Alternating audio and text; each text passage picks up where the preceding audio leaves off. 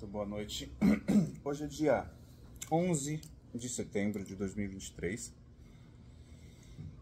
Kavav Elul. September 11. A gente está fazendo aqui um tikkun da queda das Torres Gêmeas.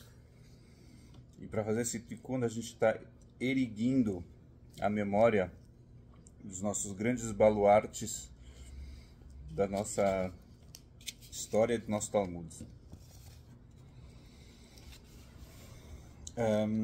A gente já falou de Rav Hia, de Rabi Yehuda Hanassi, e a gente estava se concentrando em Rav, que é o iniciador, é o elo de ligação entre a era da Mishnah e a era da Gemara.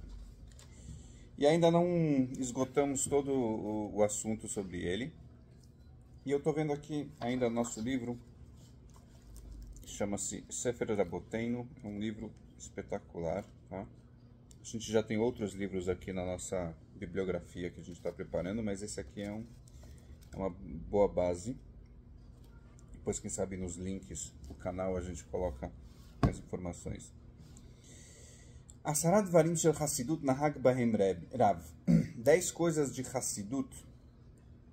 Hassidut, geralmente, no âmbito do Talmud, um pouco diferente do que é conhecido hoje em dia, Hassidut é quem faz a mais do que o estritamente obrigatório. Hassid é aquele que mitchased imkono, é aquele que faz mais do que o básico. Então tinha 10 costumes dessas, 10 anahagod dessas, que o Rav, esse nosso grande Rav, o nome dele era Abba, na verdade. Eu também li em algum outro lugar que ele chamava Rabba Arichta. Ele era uma pessoa alta. Rav tinha 10 coisas de Hassidut que ele costumava. E os alunos dele não conseguiram seguir no mesmo ritmo. Não conseguiam acompanhar. Essa palavra é perfeita. Não conseguiam acompanhar. O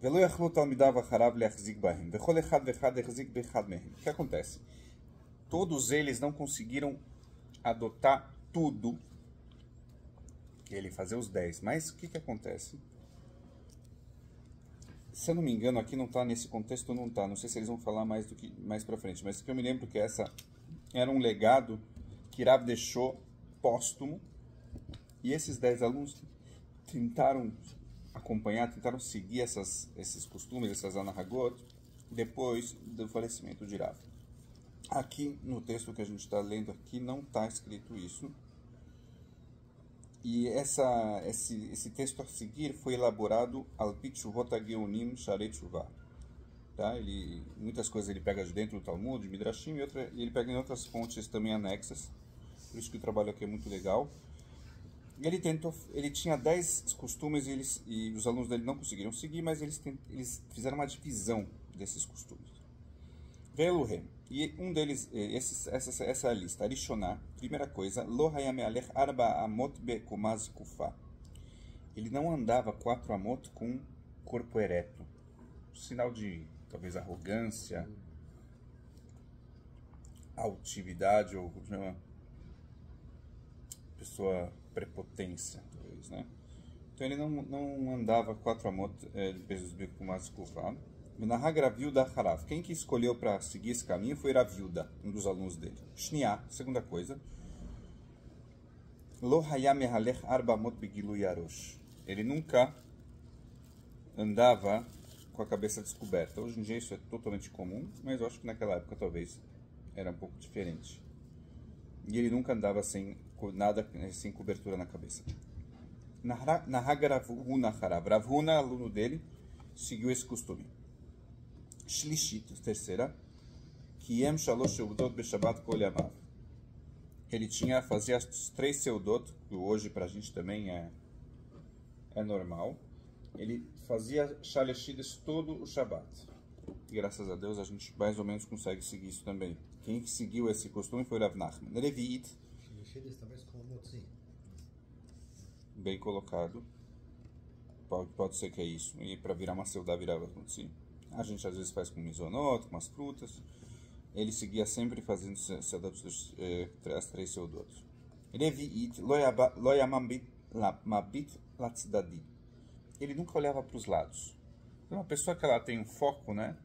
Não é porque ele fica olhando lá, olha para cá, ele tinha um foco, olhava, que traçava uma reta e seguia, não ficava disperso. Hoje em dia a dispersão é um problema crônico nosso, por todos os nossos gadgets eletrônicos. Hamishita, a quinta coisa, Shafilu lefanav lo yamabit. Ele nunca olhava para frente, parece. Ele também não olhava assim, como ele não andava ereto, assim, com uma forma prepotente, ele tinha uma certa humildade no andar, ele olhava provavelmente para baixo e ele também não sabia quem estava vindo, ele só conseguia reconhecer a pessoa pela voz dela. Na Hagura Rav Yosef e Rav Sheshet Acharav. Esses costumes que a gente citou anteriormente, Rav Yosef e Rav Sheshet seguiram esses costumes. Uau! Que uma coisa forte, tá? E eles não conseguiram cumprir esse costume. Eles não conseguiram seguir esse costume de não olhar até que eles perderam a visão. Tá? O que acontece? Aqui é a explicação lateral, não é que Deus nos livre, eles causaram isso a si próprios.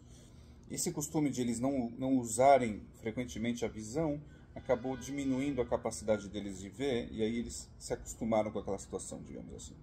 Shishit, כשהיה נכנס לבית המדרש, היה מקיף ועולה שלא להטריח את הציבור. Quando ele entrava no Beit HaMidrash, e provavelmente todo mundo se levantava, ele tentava entrar de lado, assim, entrava de um jeito que ninguém percebia, para não causar aquele... para todo mundo precisar se levantar. Conheço rabinos que fazem isso. Tem rabinos que saem, se precisam sair para o banheiro, só voltam quando uma parte da reza que já está todo mundo de pé, para não se levantarem. Isso tem aqui na cidade rabinos que fazem isso. Na Hagura Ravzeira e Abai Acharav. Ravzeira e Abai pegaram esse costume. Quer dizer, a gente vê quantos alunos importantíssimos ele tinha, né? Shvi'it lo haya ochel miseudat harishut. Ele nunca comia da comida pública, né? Não, desculpa. Ele nunca comia uma refeição que é permitida. Por exemplo, as seudot que a gente come geralmente são as seudot mitzvah, quer dizer, que existem seudot mitzvah. As refeições de Shabbat, um Brit Milá, um Bar Mitzvah, um Sium. Provavelmente ele fazia Sium bastante, né? Então, ele não comia seudat reshut. Shminit, shelo ikpid kol shehikpid imo. Que? Só comia seudat. Por exemplo, quando a gente come aqui os nossos snacks, isso é considerado uma seudat mitzvah. Esse não é seudat, talvez. Também não talvez seudat. Arai ele comia. Arai, verdade. Oitava coisa, kol shehikpid imo, todo mundo que se enervava, se desentendia com ele, ele ia pedir desculpa para essa pessoa. Esse costume, o oitavo costume de apaziguar as pessoas e tinham algum desentendimento, o Rav Zutra, filho de Rav Nachman, fez isso atrás dele. Shiit, nona coisa, ele sempre andava de tefilin o dia inteiro. Na Rav Sheshet Acharav. Rav Sheshet pegou esse costume. Aserit, Shaya Kolo Arev, ele tinha uma bela voz.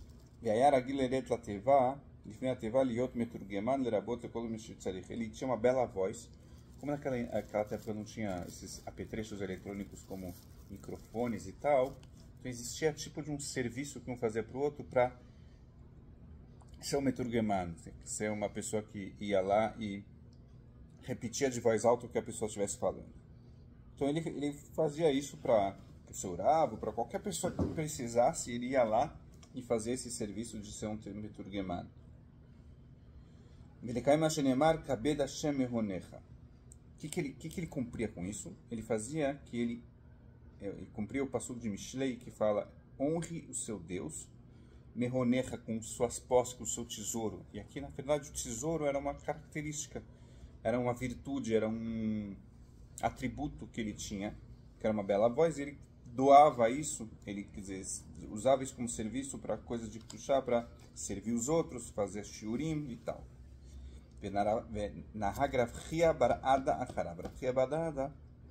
Ele seguiu esse costume. Amarav. Falou o Rav, o nosso Rav.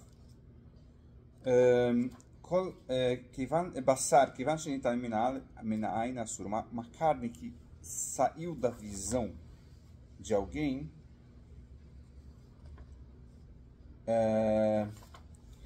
ele é proibido. Quer dizer, se a carne saiu da visão de alguém, de um judeu, ela estava proibida. Então pergunta a Gemara, que pergunta o nosso, na verdade é Hulin, essa Gemara que está sendo trazida, como é que ele comia a carne? Quer dizer, tinha que estar toda hora alguém olhando, senão não podia mais?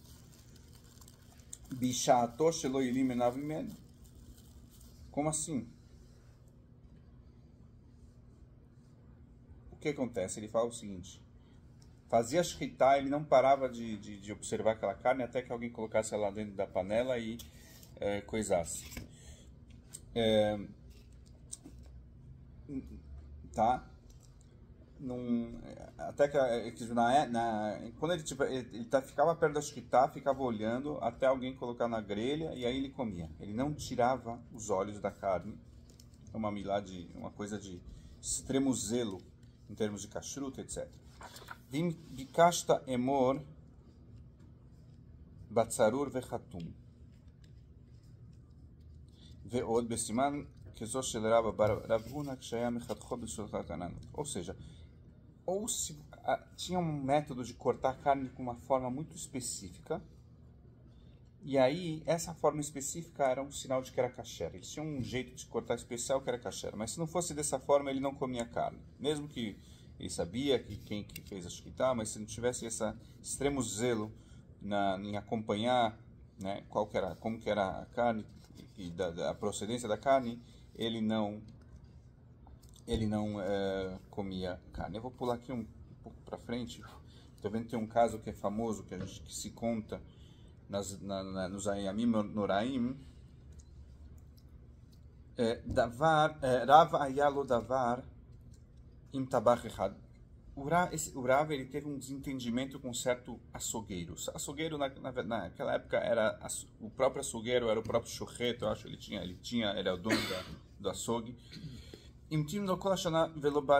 Ele esperou o ano inteiro e ele não veio para esse açougueiro não veio pedir desculpa para ele.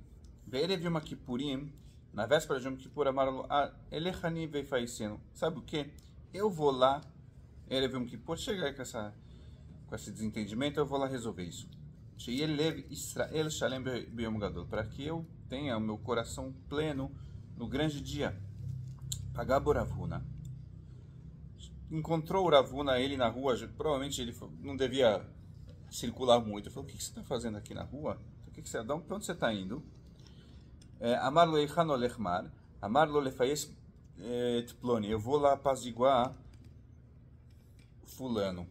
Respondeu para ele: Allah Abba Larog Nefesh. Está indo Abba, como a gente falou que o nome dele real era Abba. Ele está indo matar alguém. Como assim? Ele já percebeu que dali não ia sair coisa boa, porque boa vontade o Rav tinha, mas parece que o outro lado não. Allah ve'amad lefanav. Ve'a Yoshev mevakesh rosh behemah. Ele se colocou na frente desse açougueiro e pediu: me vê uma cabeça de um carneiro, provavelmente. Era o Rosh Hashanah, talvez precisava de uma cabeça. Talai naverau. Aquele açougueiro esticou o olho e falou: ah, é você?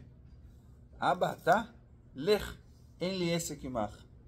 Vai embora, eu não quero nada com você. Ve'im shehaya mevakesh berosh behemah udcha etzem ve'ikato begargato v'amet. Nesse interim, o açougueiro lá estava cortando lá um animal, deu uma pancada com a faca num osso de um certo animal, esse osso voou, bateu nele e ele caiu morto naquela hora. Ou seja, o Rav Huna já sabia que o fim não ia ser muito interessante, não ia acabar bem aquela história. Eu vou pular aqui para um lugar que está escrito Azal Gavra de Mistafina Minei. Eu acho que é uma parte interessante. Nesaf Rav Bishnat Tafkuf Nun Het. Ele faleceu no ano de 658, 4.658. Não, 4.558, tá? Isso, ou seja, mais de 1000 anos atrás. Era o ano de 4003 para a criação do mundo. Ba'at Shmuel e Shmuel, quando Shmuel, que era o grande líder na mesma época que ele, Kara Alav Shnei Masar Kelim, rasgou de si 16 peças de roupa. Quer dizer, não era um rasgo normal, ele rasgou, ele demonstrou tanto luto que ele rasgou 12 peças de roupa. Amar Allah Haish Haiti Mitiarem Imenu. O que acontece? Geralmente, se existe uma pessoa que é uma referência, que inspira reverência, que inspira temor para alguém, isso te dá uma dimensão de um comportamento mais reverente, uma pessoa muito importante, uma pessoa que é uma referência dentro de um lugar, te imprime um comportamento diferente de se você estiver só entre os, né? Então ele falou, infelizmente, faleceu a pessoa que era uma referência para eu reverenciar e eu ter um respeito extremo, e isso vai me fazer muita falta. Por isso que ele rasgou as roupas dele. Quando faleceu, quando foi enterrado Rav, seus alunos foram atrás dele.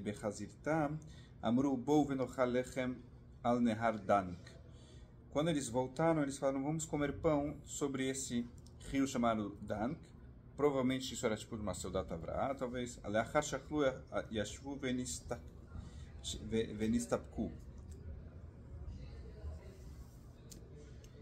Quando eles terminaram a refeição, eles ficaram em dúvida. Recebo Davka Shanim ou Shema Kivan Shamru Nelech Venochal Lechem Miplomponi que é Sabahi. Na verdade, eles estavam em dúvida se a forma que eles se juntaram para comer demandava fazer zimun ou não. Eles não tinham a resposta, eles não sabiam se eles iam ou não ter que fazer zimun. Amad Rav Adabarahava foi Rav Adabarahava vechzir et akera lechorá vekara kriya acheret. Ele pegou eles estavam voltando do enterro de Rav, ele pegou aquele pedaço de pano da roupa dele que estava já meio semi-rasgado e puxou mais ainda. Por quê? Ele falou, Nesaf Rav ve'anu birkat Amazon olamado. Faleceu Rav, e a gente nem birkat Amazon a gente aprendeu direito como fazer. Agora a gente está em dúvida, faz zimun, não faz zimun. Olha que tragédia. Ad sheba oto zakenu pashat lehem midikduk ha-mishnah, kivan shamru nilech lechem iplongon podem que essa bai. Aí até que veio um senhor, um Rav, algum Talmid Chacham que estava ali, e resolver esse problema para eles, já que eles falaram, vamos lá e comer. E eles, a halachá era que eles sim tinham que fazer zimun. Então acho que tem algum trechinho a mais? Continua ou podemos encerrar? Acho que já deu, né? Acho que deu. Mas aqui a gente vê a grandeza de Rav, o legado que ele deixou entre seus alunos, que eles seguiram seus passos. Eram tantas coisas que ele tinha, eles não conseguiram acompanhar, eles dividiram as Hazanahagot entre vários. Eles sentiram a falta terrível de quando eles tiveram uma certa dúvida, não sabiam como resolver, faz zimun, não faz zimun, né? Eles sentiram essa terrível perda. Então isso também serve para a gente valorizar quando a gente tem Rabanim aqui do nosso lado, e a gente tem referências para quem perguntar, aproveitar o máximo possível, né? Então, mas a gente vê a dimensão de Rav, o seu comportamento, dos seus alunos, né? No legado que ele deixou, e até o Shmuel, que era o bar plukta dele, era o concorrente dele, falou que tragédia, a pessoa que era uma referência, uma reverência para mim, se foi. Então aqui eu acho que a gente conseguiu desenhar bem quem era essa grande Rav, grande Talmid Chacham Rav, que era a base do Talmud Bavli, E assim a gente encerra esse capítulo, se Deus quiser. E, Foi.